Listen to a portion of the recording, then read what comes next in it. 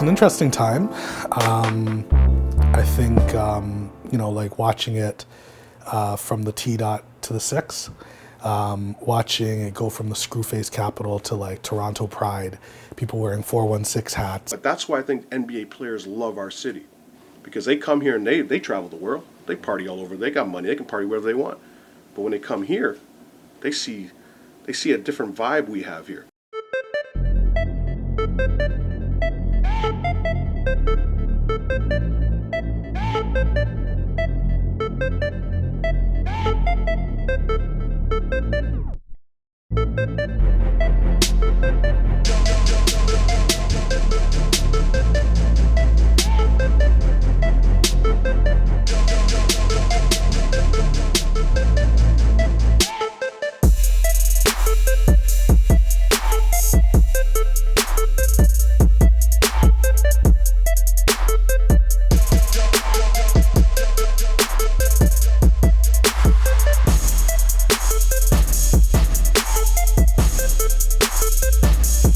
Toronto, the most vibrant city in North America, a place that continues to produce diverse talent that is showcased in the international entertainment industry. We spoke with entertainment professionals to get their take on the city's history, issues we face in entertainment, and the global dominance that we of a city have now created.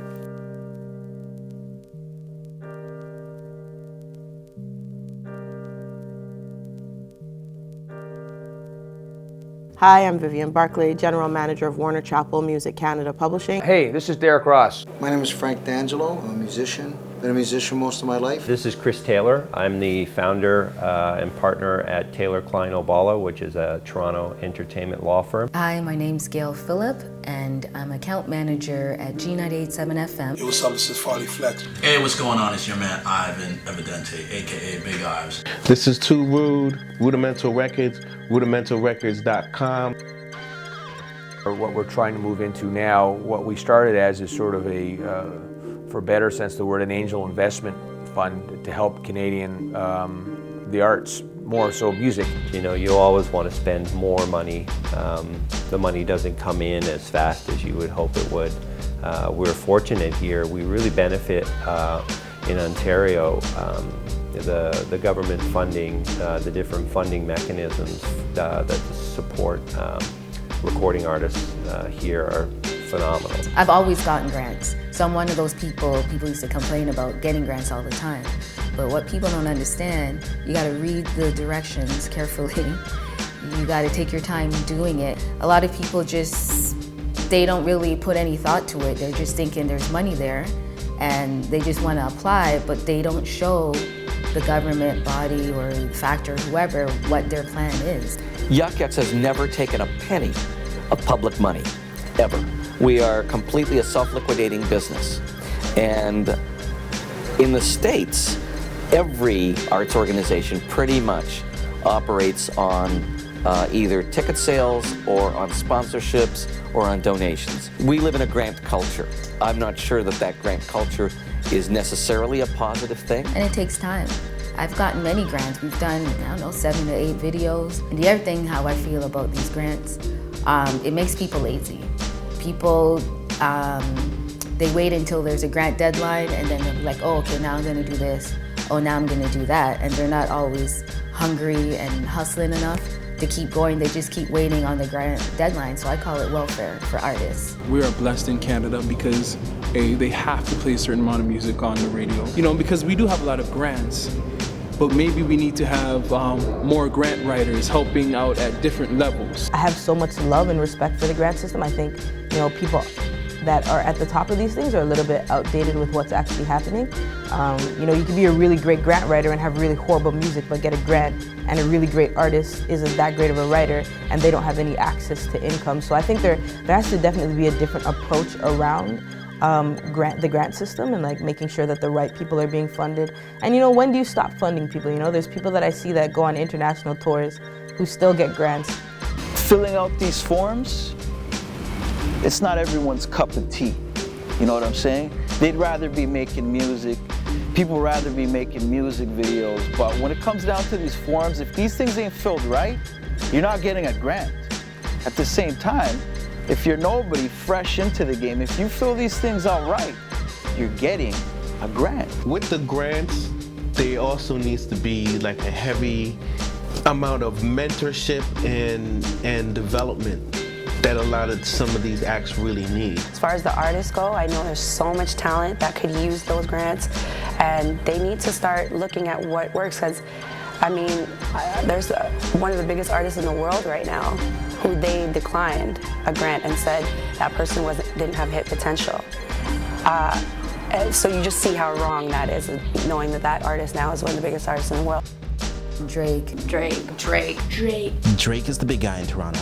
Now I think we're going through another wave, which is, predominantly, propelled by Drake. If you look at Drake's success, that guy was destined for greatness. I think Drake is probably the most important artist in Canada in the last 50 years, easily. He's done more for the Canadian music scene, the Toronto music scene, than anyone I can think of. Toronto was already on the map, but he put it on a world scale. OVO Fest, that moment was amazing for me. I was backstage, TLC, Mace, like that shit was amazing. And I was just like standing there, all those people, like Drake did that. Drake could still do well anywhere in the world. Drake is standing on a very tall ladder. One special moment with him was probably we went down to LA, I think when he was going to be nominated for his first Grammy Award, years and years ago, and that was really special, kind of being with him and the rest of the team. Drake was knocking on fucking everybody's door like, yo, sign me. Yo, labels were like, you're a Degrassi kid. What do we want with a Degrassi actor? Like, you're not a rapper, you're an actor. You know what I'm saying? They didn't understand, they didn't get his vision. Everybody is on Drake. They want to sound like Drake. A lot of people are thinking if they follow what Drake has been doing with his sound and his vibe, that they're going to get his success. It's not true.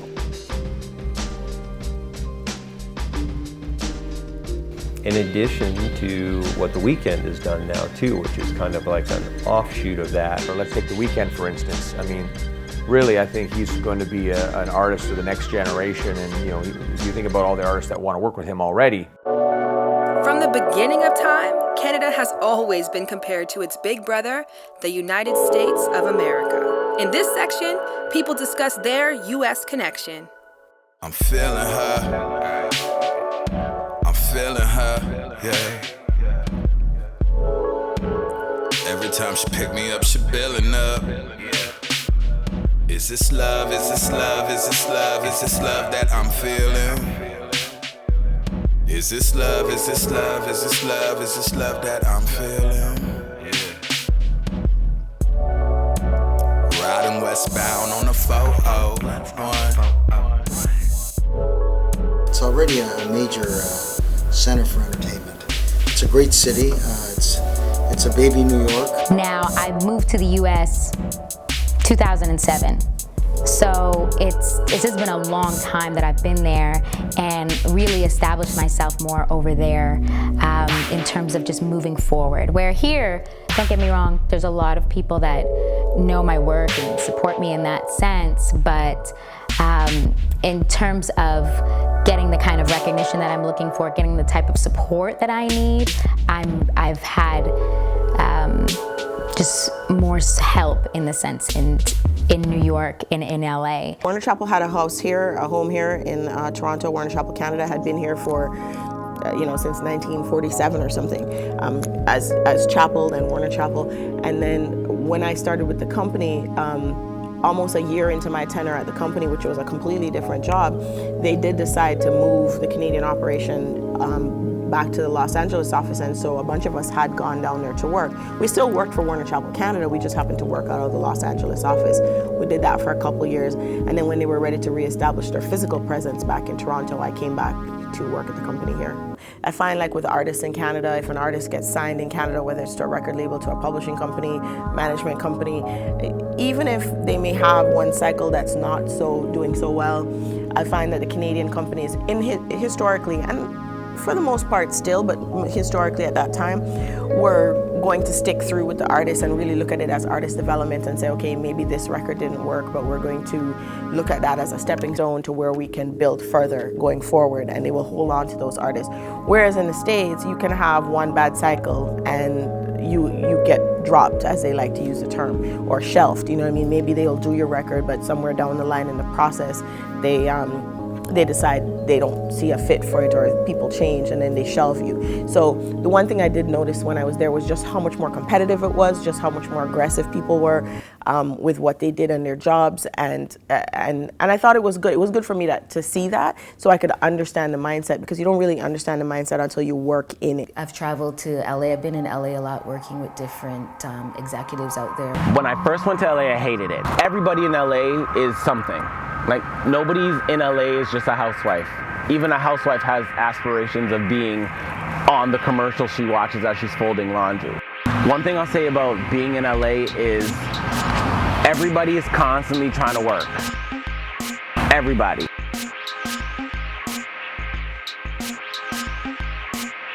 Los Angeles is a place known to attract many Canadians because of the entertainment industry.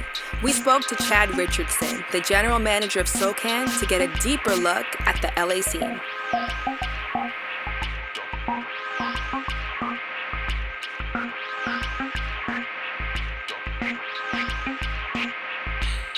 I was in Toronto for 6 years, and I left in 1997, or 98, 97, 98. I know for a fact certain companies here in Los Angeles that are investigating opening up a Toronto office. I mean, it might be one guy in an office, but they're starting it because it's just undeniable what's come out of Toronto. I mean, I think within Canada, on a much smaller scale, all roads lead to Toronto. And in LA, it's on a much bigger scale, all roads lead to LA. What's really interesting to me here in Los Angeles is that there was a time where you wouldn't tell people you were from Toronto.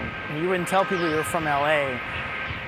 And now people are quite proud to say they're from Toronto, because people actually pay attention. They're like, oh, you're from Toronto. Oh, well, what are you doing? What are you doing? My main job right now here in Los Angeles as head of SoCan down here, it's kind of split 50-50 really. Half dealing and supporting with the members that are here, which are about 800 SoCan members out of 120,000, and also dealing with the large amount of SoCan members, people that want to be professional songwriters, artists that want to come down to LA. And it's a lot of counsel and mentoring and kind of giving them the lay of the land, because the thing about Los Angeles is a lot of people don't really get what it's like until they get down here. And eventually, if people start doing well, they end up here.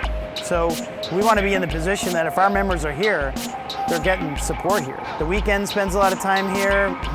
Boy Wonder spends a lot of time here. Soundtrack just moved down here. Then you got Stefan Macchio and Chantel, and then film composers that a lot of people don't know their names, but are really high earners. But a lot of the people working in music down here, making good music, are actually Canadians. Canadian songwriters, Canadian producers, Canadian, artists. And I feel great to be able to be here working with them,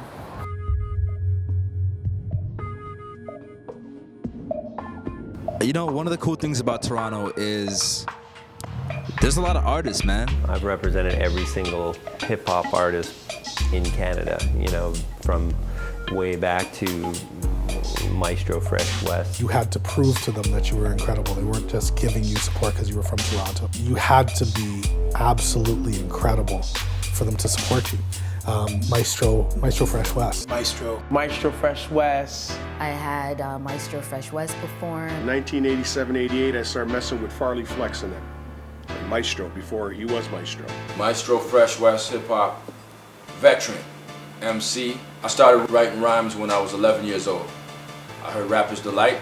I heard, then after that I heard this dude named Jimmy Spicer. He had a song called Super Rhymes. That came out in 1980. Then Curtis Blow came out with The Breaks. That was 1980 as well. Sugar Hill Gang came out with Rappers Delight 1979. 2 weeks later, I wrote my first rhyme.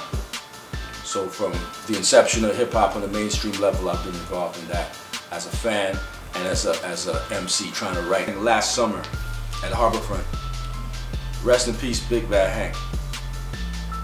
It was Wonder Mike and Master G. the very first voice I ever heard on rap was Wonder Mike. And imagine Wonder Mike passing the mic to me as I'm performing, passing the mic to Master G, doing Rapper's Delight in Toronto. So to me, that's like one of the highlights of my music career, because that was my first time ever hearing rap music at all. That was Sugar Hill Gang. Toronto's where I'm from, born and raised. Like I said, I was born in Toronto, raised in Toronto. You know, so this is where I'm from, and just to see the city evolve, and you know, a lot of artists still check for me, which is a blessing right there. You know, and it's home. With music being Canada's most dominant aspect of entertainment, our acts have been making their way to the Billboard Hot 100 consistently. Pop, rock, hip-hop, R&B, all genres that influence this city's culture. This next segment, we shine the spotlight on our upcoming musical stars.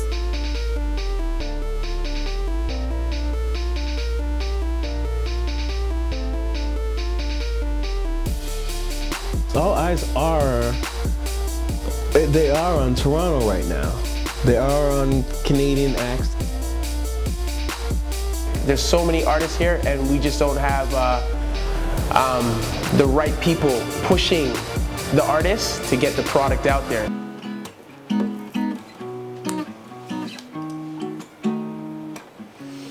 No more second chances. You chose your battles wisely. Fighting with the forces, breaking rules to live sensibly. Not fresh, not foolish, check it how I do this. Never thought I could do it, now my Thomas be the bluest. Cause my Jula, he be Jewish, my religion is a choice. Me and Hooks, we so foolish, you can't do it how we do it. Man, so you do your thing, I'ma do mine, it's YouTube bits, but I'm milking, I can't be toast like a porcupine, cause a porcupine can stay on point. I was born with a stutter, so that show never disappoint. Young like I'm 13, man, fresh like I'm 30. All the girls, they thirsty. And because of my stutter, I was picked on by kids and teachers all of my life, and through rap, I found my way to express myself. Lamborghini Mercy. I made up my mind a long time ago. Told everybody this the road that I'm trying to go on. I'm ready for all kinds of obstacles. Things gon' come up and to jump them, I just have to aim higher. Life was never easy. I can say I made it through some rough times. So I tighten up my laces when it's crunch time. Out of luck if you waiting for a punchline. I'm just giving you the real me. With heavens above, I'll bleed you, my love.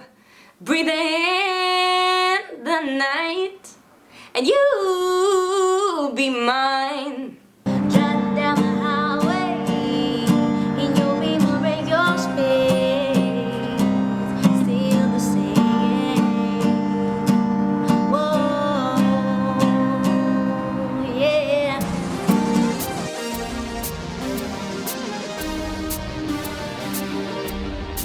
So how does that work? That Toronto is calling the shots in the States right now, but yet in Canada, in Toronto, we ain't shit. In Toronto, I think is just really bandwagon jumpers when it comes to the music industry. You know, they're just like, okay, well, do you like it? Do you like it? Do you like it? Oh yeah, we all like it? Okay, yeah, then I like it too. Yeah, it's hot. It's been hot. I've been bumping it. You know what I mean? Fuck all that shit, you know? And it's fucking these DJs' fault too. Real talk, it's a lot of these fucking DJs' fault, man. Because these DJs right now, these DJs nowadays, they just want to conform. And they want to play whatever the fuck that they think the crowd is gonna like. You know what I'm saying? And it's not even the songs you play, it's how you play it. I don't really think that a DJ is gonna play all Toronto set like that and everybody in the club is gonna know what the fuck that's going on. Not every single person in the club is gonna know these songs in Toronto. There's nowhere, maybe except London, England, that has as musical audiences as we have in Toronto, and that's bred the best DJs, like pound for pound, in the world. I went the DJ route because DJing is the best gateway profession to get into the entertainment business. Canadian DJs, we DJ better than you fucking American DJs, yo. We got more skill. Skill. We got more skill. Hey, what's up, world? I go by the name of DJ Started From Scratch. Hey, what's up, y'all? This is DJ Lismone. Hey, what up? This is DJ Respect. It's your man, Ray Fox. What's up? My name is Adrian King, also known as DJ X. Hey, it's Carlos, aka Los, carlospromo.com. My name is DJ S Love. I'm a hip-hop engineer, producer.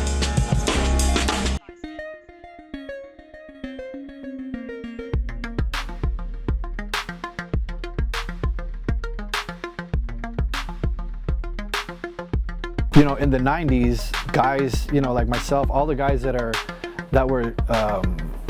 big back then and still are, is because of that. It's because we had that training of, if you suck, if this one mix is off, you're gonna hear it. People will throw stuff at you.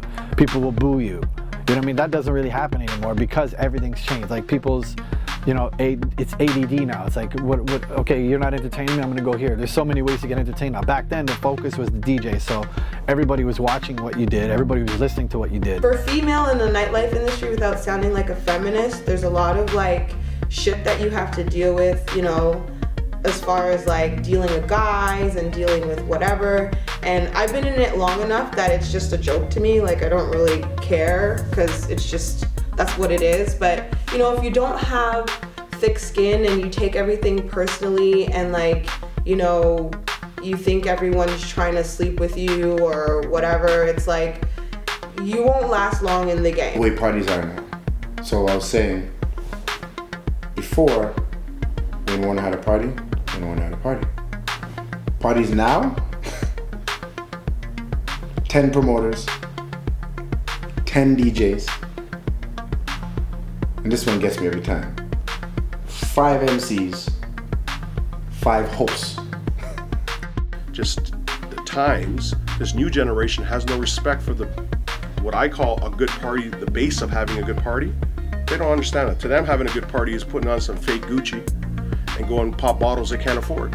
A lot of DJs these days, they pre-plan their mixes or actually pre-record their mixes and then play the mix in the club like they're DJing kind of thing now. The major change between, you know, back in the day and now, it really is technology. You know, everything we have is here today, gone tomorrow. Things can change very fast. I mean, now with Serato, you have automatic beat matching, beat detection.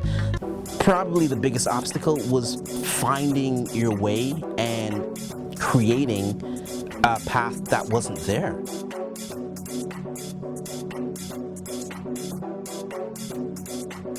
Nowadays, you just record it and put it up online. Before, it was like you had to go to an A&R guy or somebody who had some experience. If you look at Kaiser, you know, let's say, or Megan Trainor, let's just look at those artists right now in the last year who've come from absolutely nowhere very quickly to sell a couple million singles within a very short amount of time. That's what the internet's done. I will say there was kind of a golden era with the rise of the internet. The internet. Because of the internet. Yeah, the power of the internet. It's loud. It's a loud voice. Before it was people's hobbies. Oh, I got this radio itch or this hip hop itch. So I itch it on the internet, but people are starting to blow up on the internet. People have been blowing up on the internet. Social media has redefined entertainment. YouTube vloggers showing the world their reality, fitness gurus inspiring more to exercise, and comedic talents making the world laugh the Toronto way.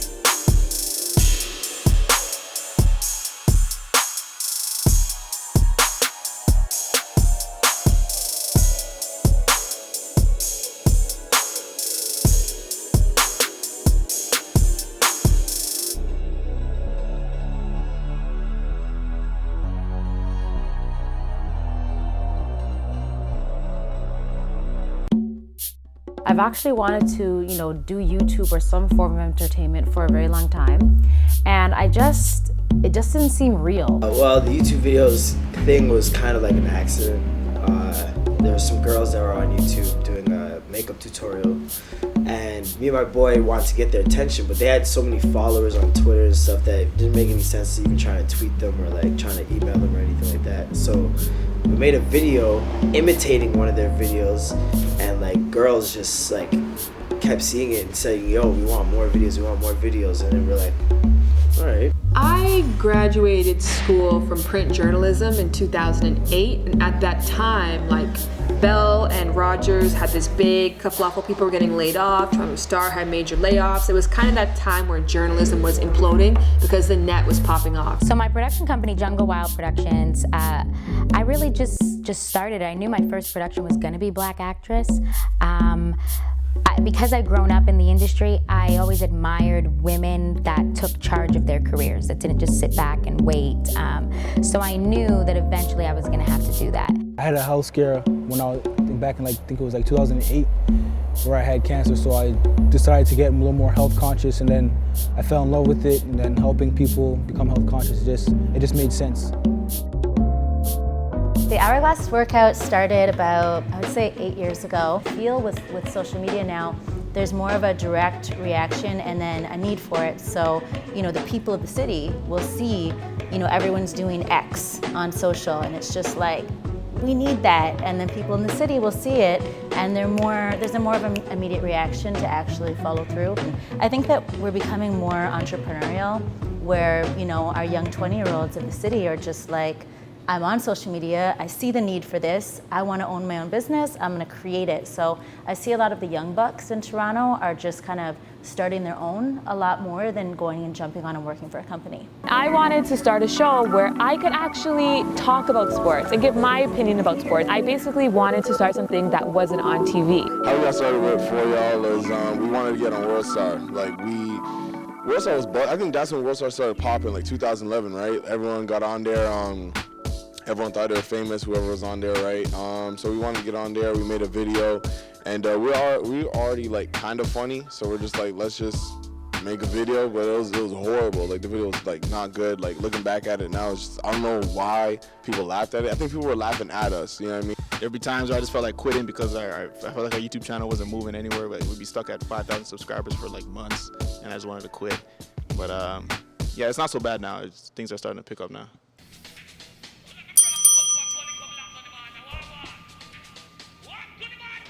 Hey, how you doing? Yo, Dada, what a bomber clot you want? I'd like to place an order. Yo, look on the bomber clot menu, now. Oh shit, y'all got a big ass menu. Possibilities are endless. Okay, I think I'm gonna take a jerk chicken. We not have that. Shit. Okay. What about a large curry goat? We not have that. Damn. Okay. I'm just gonna go with a large oxtail then. Hold on. Right, cool. Harold, give me a large oxtail. We not have that. We not have that. Okay. I'm just gonna do a large. Yo, make up your bomber clot, mind now. Where are your manners? Where's your customer service? Alright? Yo, sir. We have any manners or customer service? No, man. Only on Tuesdays and Thursdays. We not have that.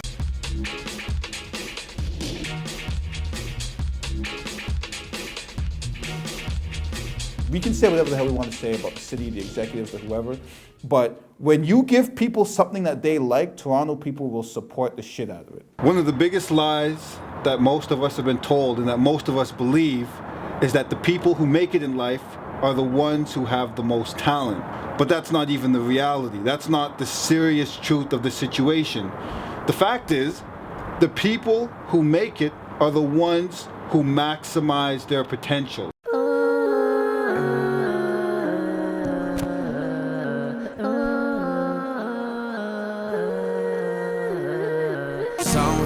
I've been zoning for a week straight.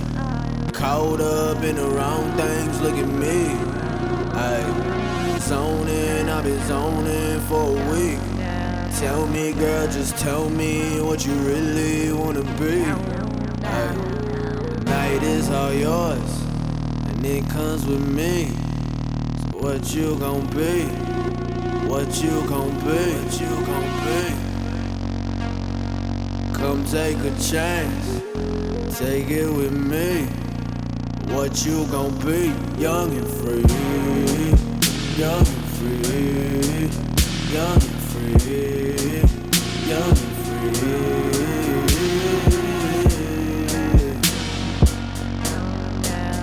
Young and free, young and free, young and night is all yours, and it comes with me.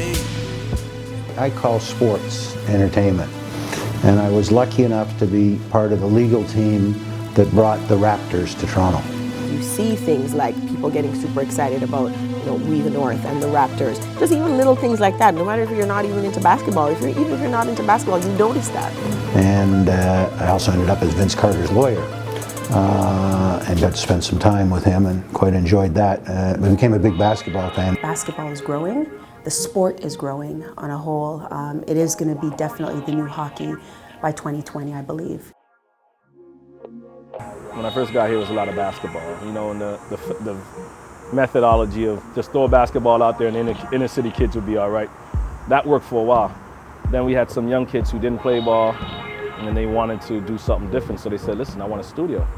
So right where we are now, upstairs, used to be a storage room. So we started the program around where it was let them know that music is just not music. There's people who write music, there's people who produce, there's people who make the jackets, there's people who tell people how to dress. What I love most about Toronto, to be honest with you, is Jane and Finch.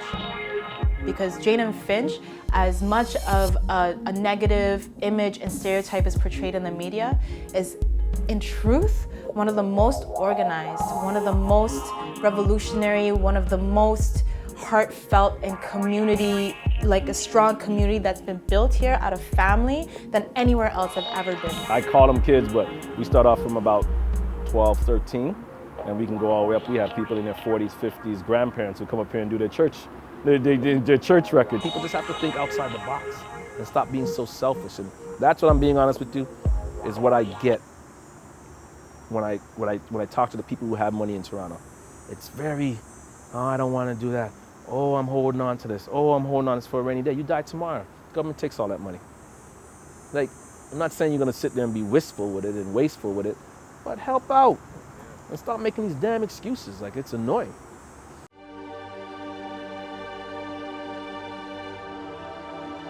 Major League dominated through the 90s. We had 5 nights a week. We did Skydome New Year's Eve from 1990 to 2004, 14 years straight. No one's ever done no shit like that in this city. So if you don't know the history of CN Tower, in the 70s and 80s, up top, when it was first built, they built a nightclub up there. It was called Sparkles. It was the hottest nightclub. It was around till about 86, 87. We started doing a party up there every first Friday of the month. And it went on for 4.5 years. 1,000 people up there. But there was a void also in sports, and it wasn't really the NBA that brought that to his attention. It was the Blue Jays, the Blue Jays, the Blue Jays. Oh yeah, are you ready? Let's go! Blue Jays! Oh yeah, you got it. Oh yeah, you got it. Oh yeah. I remember being downtown when the Blue Jays won. And it was chaos and massive and crowded, and it was peaceful, but it was good. What makes the CFL is our players are out there, they're accessible, and they're the same kids that grew up in this community. The year we won the Grey Cup in 2012 here, I believe we had 19 local kids who grew up in Toronto, and there's a great identity with the CFL. You go to a Blue Jays game, and that's Major League Baseball, and that's great. But there's nobody who grew up in your city. If you grew up in Belleville, or you're from some small town, there's always somebody in the CFL who's from there. I love the CFL and what it stands for in Canada, and this is my home now.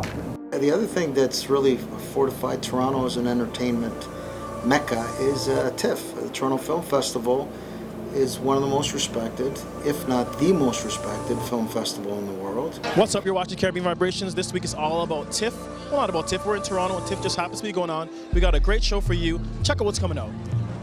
Yeah, I was on the board. I think I started in about 1990 on the board of the Toronto International Film Festival, and we had term limits and stepped off 2 years ago. And I saw major growth. I mean, when we started in 1990, Toronto was a very small film festival.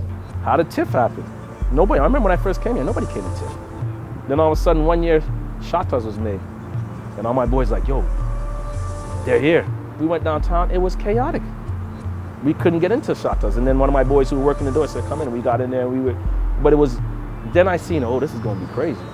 It is now at the top of film festivals with Cannes. It's enormous for tourism for Toronto and putting Toronto on the map. Major studios open their films at Toronto. The star power and the growth, I mean, we've built our own building now, TIFF Bell Lightbox, spectacular. So it major changes over the 20 years I was there.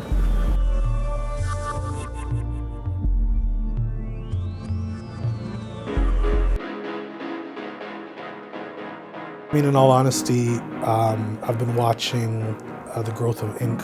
very carefully. Well, right now, Charles owns half the city when it comes to the club industry. I was able to meet Charles Caboose. He owns half the clubs in the city, and if it's not his venue, there's really no other venue. We have 14 different venues comprising of restaurants, nightclubs, lounges. We're opening up probably 2 or 3 more within the next year. We just opened up a place in Miami called Biblos Miami. We have a Biblos Toronto. We opened up another restaurant called Sita, which is going to probably be going right across Toronto soon. So we keep on doing new things and big things. I mean, I've seen the plans for what's going to happen in this city. I know what people are planning to do and what we're trying to do. The company I work for, Inc. Entertainment, is at the forefront of that, and that's what's exciting. To be able to do something different, not the same old thing, but always do what's going to be the next thing. And we are industry leaders, and that's what I'm excited about. We've been, at one point we were the National Team Training Center for many years. We've hosted thousands of tournaments here. We've had, probably close to 1 million, maybe more visitors that have come in and out of here, whether for tournaments, kids' birthday parties, corporate events. And then obviously we've done some pretty unique things here, music videos, but eventually I think we'll open a smaller version of this. I've always said, like, if this facility was downtown, or I was thinking of the meatpacking district in New York, this place would be rammed 24/7 with people. Let me know if I go too far, because I'll go further. No, just the kind of guy I am. I just finished filling out my income tax, his occupation, I'm a prick. Mark Breslin began Yuck Yucks in 1976. Since then, Yuck Yucks has grown to be the largest chain of comedy clubs in Canada.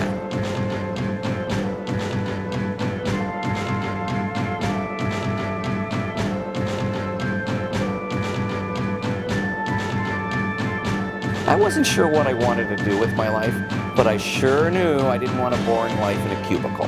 And so I was looking for something. I got a job after I graduated at Harbourfront, the very first year that they opened.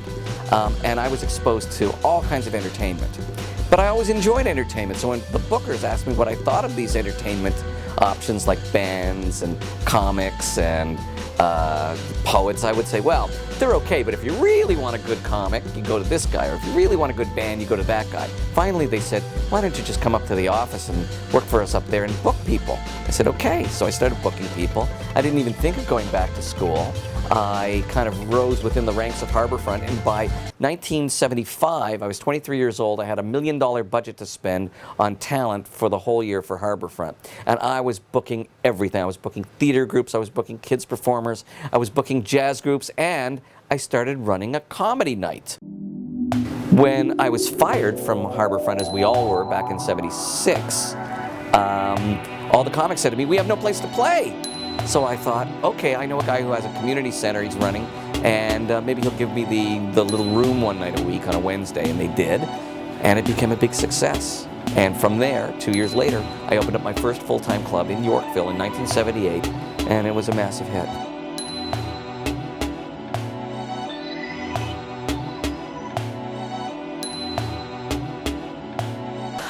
Here's what I like to do when I'm on an airplane. I like taking out the barf bag, ripping off the bottom, and then putting the bag back in. Kind of a present for the next guy. By giving many household names a platform in the comedy industry, Yuck Yucks has inspired so many more comedians to pursue this profession on an international scale. Now, I love going to Filipino churches because, man, when you go to a Filipino church, it says Filipino church, so you think they speak the native tongue, which is Tagalog.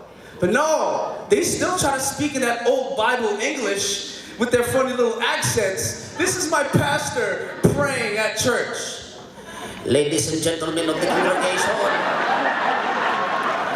may we please bow our heads as we seek the Lord in prayer. Dear Heavenly Father, we ask that you send your Holy Spirit down.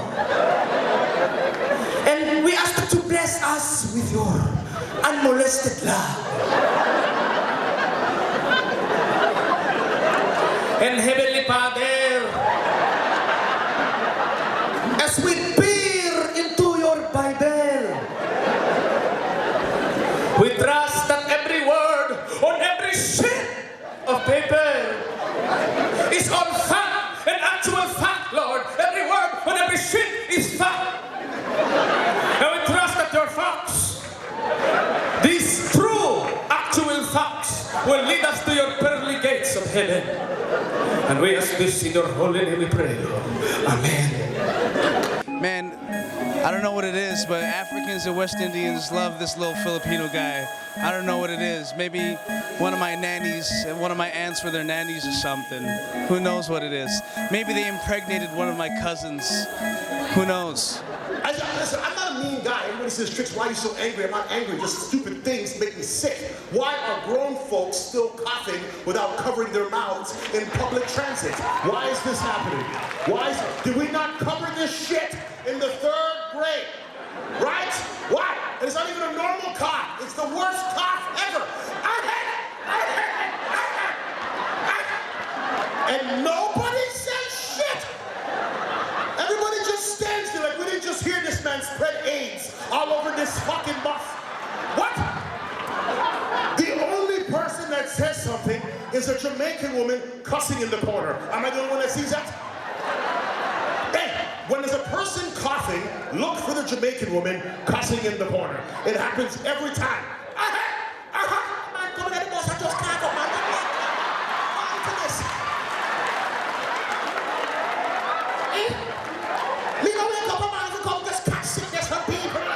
I've always wanted to do comedy. I just didn't have the balls to do it because I was afraid of either getting booed or... I used to practice in the shower. Don't ask me what I use as the mic. Don't ask. But I used to practice in the shower. I remember the first time when I watched like Delirious, and I was like in the shower, pretending to be in front of a bunch of people and performing. And let me tell you something. Jamaican women, they cuss for the remainder of the ride. You understand? They don't stop. It doesn't end. It's a bus ride of cuss. You understand? It's a bus ride of cuss. In the subway, it's the worst time. She will, first of all, it'll start off about the cough. And then it goes into a whole other thing that has nothing to do with the man coming out of the place and just cough and people get sick. But I don't understand why I take water and dump it on themselves. But I smoke it. Challenge. I get fucking heal this, that man. And the people in Africa now on the blood clot food. I don't take water and waste some water on themselves like this. He coughed at Dufferin, okay? It's pink now. Shut the fuck up. When we name our children, when we realize we spend the rest of our lives calling them by that name, the father named the girl Topanga. And he had a heavy tongue. He was like, yes, you see Topanga? Why? The poor now she reads 16 years old. And Topanga's a type of girl, you see, when Topanga coming from school, you see. She don't eat nothing, she just go straight to the table and eat and do her homework, you know.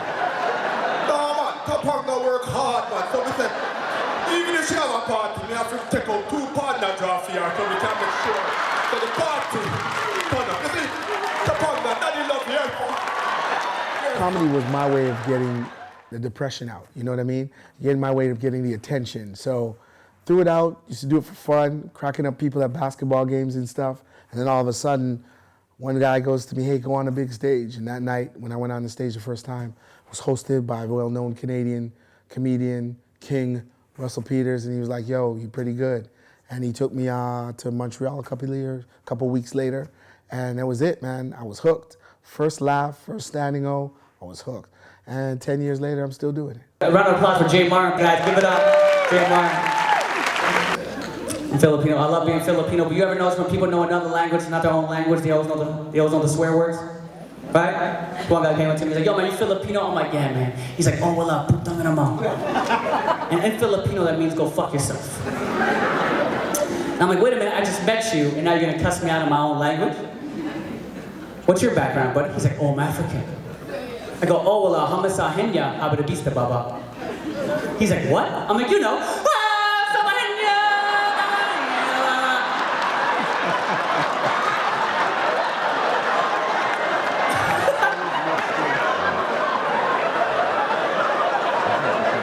The motherfucker was pissed, bro. You know what? Toronto has allowed me to be who I am. It's allowed me to be able to travel internationally. I don't know about any other Caribbean households or West Indian households. I just know that I never grew up with pets. I had one pet. Anybody else grew up with? Who here didn't grow up with pets in a West Indian household? Right. And I'm gonna tell you why you never grew up with fucking pets. Because on the islands, nobody had pets because they would just cook the shit. If you know anything about Trinis, on a Friday, they like to socialize and lime and drink and cook and carry on and other thing. So I came home from school one day, and Cuddles used to stay in the TV room. It was all blocked off, and there was a little box, and I come in, and I'm like, hey, Cuddles, and usually Cuddles used to fucking, and they do that little cute little rabbit thing where they, but that day, Cuddles didn't come out. And I go into the kitchen, and my uncles and my dad and them were there, and they were drinking, and they were like, hey, come home from school today, little timetables today, you man know he marks something, 12 times 12, 24, 12 times 2, 24. My dad, where's Cuddles? And my uncle looks at me, he's like, but cool as hell, you know, we drinking, we had to have some fucking cutters and things, so we stew up Cuddles.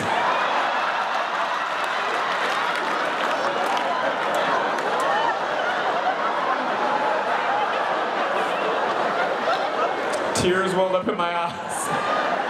Little drops started coming down, I started...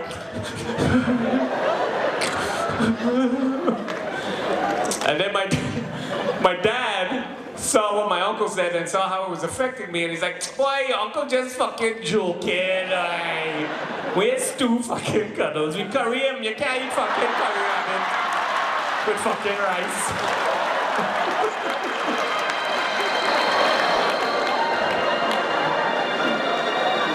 But I love Toronto. This is where I grew up.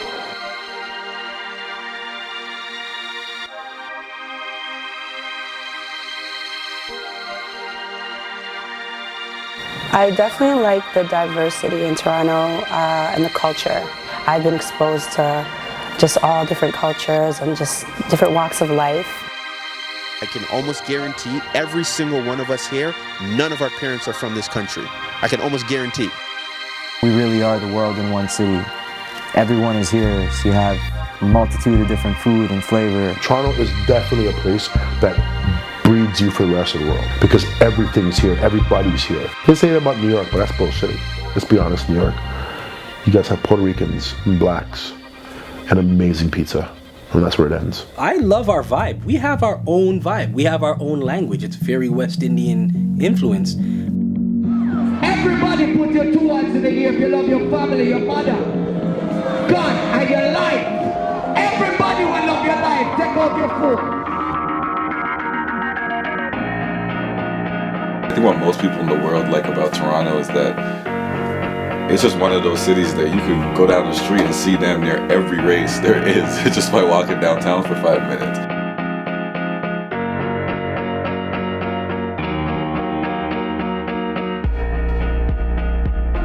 I always want to come back home, whether I'm in Israel, whether I'm in, New York or Vegas. As much as I love those places, I always want to come home because it's home, but we have a great city. I mean, I am who I am today, an eclectic individual because of my environment, and that is Toronto. Of course, they call this the Screwface capital. That's just because you really got to impress the city. Toronto has always been known as the entire world in one city, but now we are also known as the 4th largest city in all of North America, with a population of 6 million and still growing. Toronto really has great energy, and I think it's just increasing. Like if you go anywhere downtown, there's so much stuff going on. You really just have to commit to going and seeing it.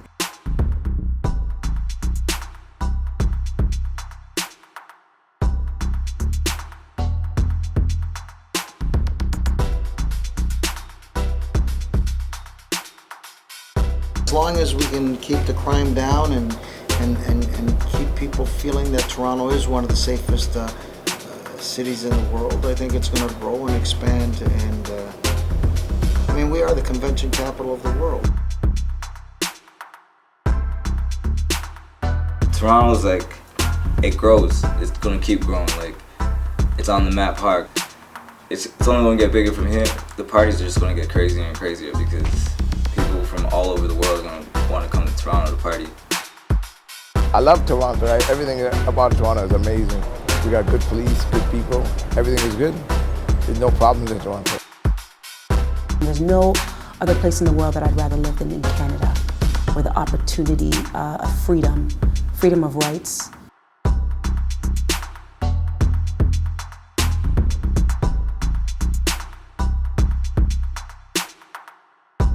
The only ironic thing is that some people don't realize that the artists that are successful around the world are actually Canadian. You know, if you take a look at, the end of the year charts in terms of what's been selling, you'd be a lot of Canadians on the top of that list. So, let's hope we keep on, developing and championing, Canadian artists around the world. Toronto DJs especially are killing it worldwide. You have the Keys and Crates and Grand Theft and Scratch Bastard, and guys like Charlie Brown on the urban scene, being on TV and all that stuff.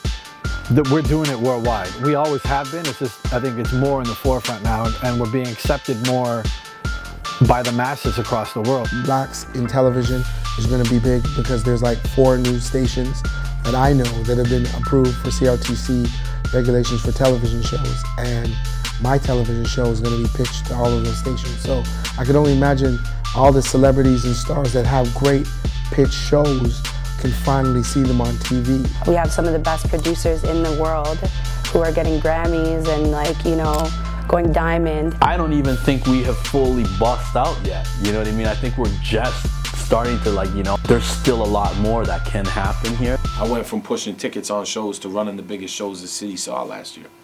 You know what I mean? So it's just, we have a different formula, but you're gonna see us grow these companies to multi-million-dollar companies for sure. Dancing is actually going to take quite a leap.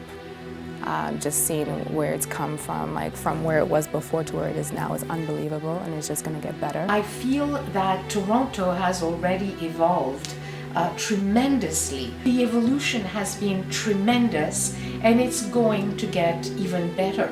New York has obviously mileage on Toronto, but Toronto is like the mecca of Canada.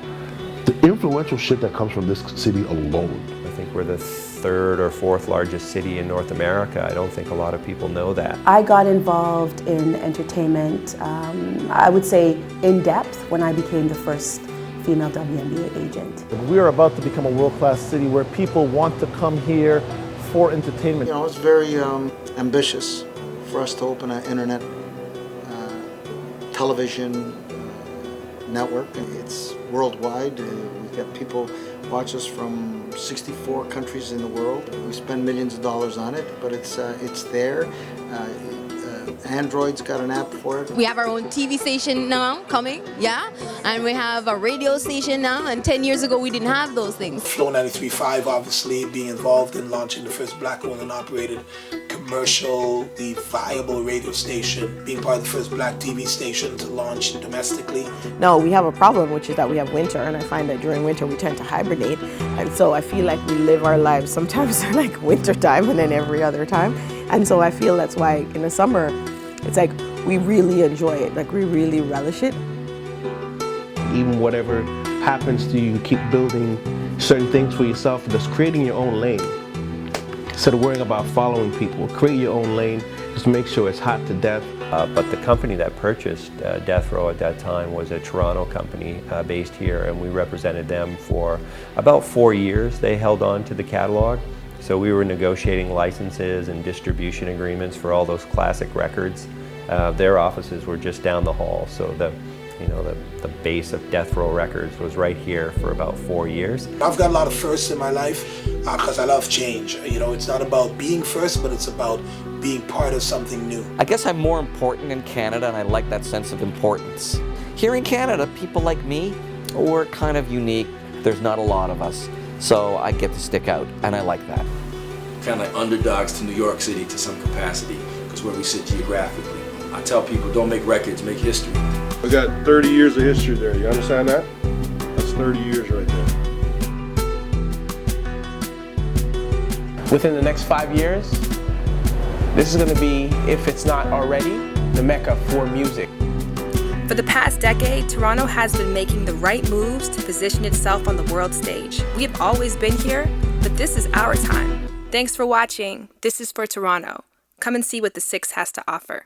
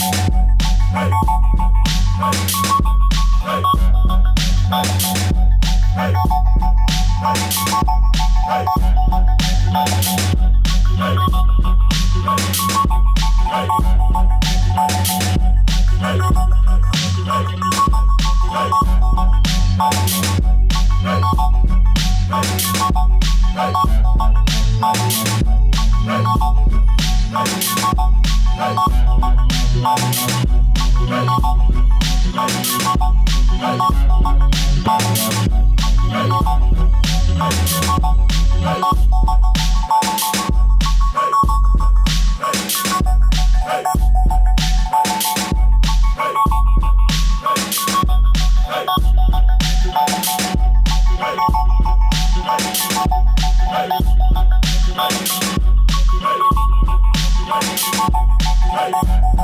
relentless.